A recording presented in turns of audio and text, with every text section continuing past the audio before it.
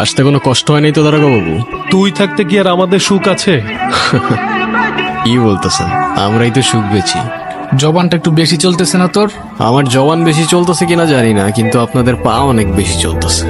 হঠাৎ লাল কোটিতে পকেট খালি নাকি? জবান সামলায় কথা বল, নইলে 300 সাথে ঢুকাই দেব। বুঝি বুঝি, এইটাই তো। নেন, রাখেন আর কাটেন, নাইলে 307 করতে কিন্তু আমাদের 7 সেকেন্ডও লাগে না। আরে আগে দিবি না? তাইলে তো আর এত ঝামেলা করি না।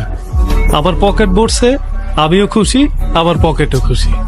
কিছু মনে না করলে একটা কথা বলি দারোগা বাবু, আগুন ছাড়া সিগারেট জ্বলে না, আর আপনার মতো সরকারি লোকের পকেট কখনো ভরে না।